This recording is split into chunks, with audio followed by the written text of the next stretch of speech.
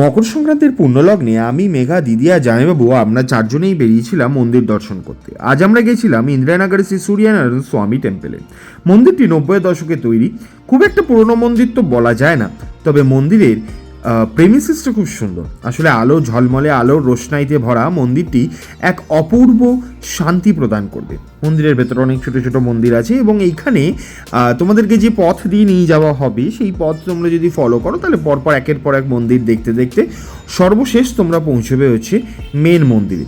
যদিও এখানে মন্দিরের গর্ভগৃহের ফটো বা ভিডিও তোলা নিষিদ্ধ, তবে ওখানে কিন্তু ফটো বা ভিডিও যদি তোমরা চাও তাহলে ওখানে মন্দির কর্তৃপক্ষ তোমাদেরকে সাহায্য করতে পারে, ওদের কাছে যে সমস্ত ফটো বা ভিডিওগুলো আছে। তো যাই হোক, তারপরে মন্দির প্রাঙ্গণে ঘুরে আমরা ফটো টটো তুলে নিয়ে নিজেদের মতো করে তারপর ওখান থেকে প্রসাদ নিয়ে খেয়ে দিয়ে যখন বেরোই তখন দেখি মন্দিরের মেন দুয়ার বন্ধ হয়ে গেছে। তারপর সাইড দিয়ে আমরা বাইরে বেরিয়ে আসি। ভালো লাগলে লাইক করো, শেয়ার করো, সাবস্ক্রাইব করো।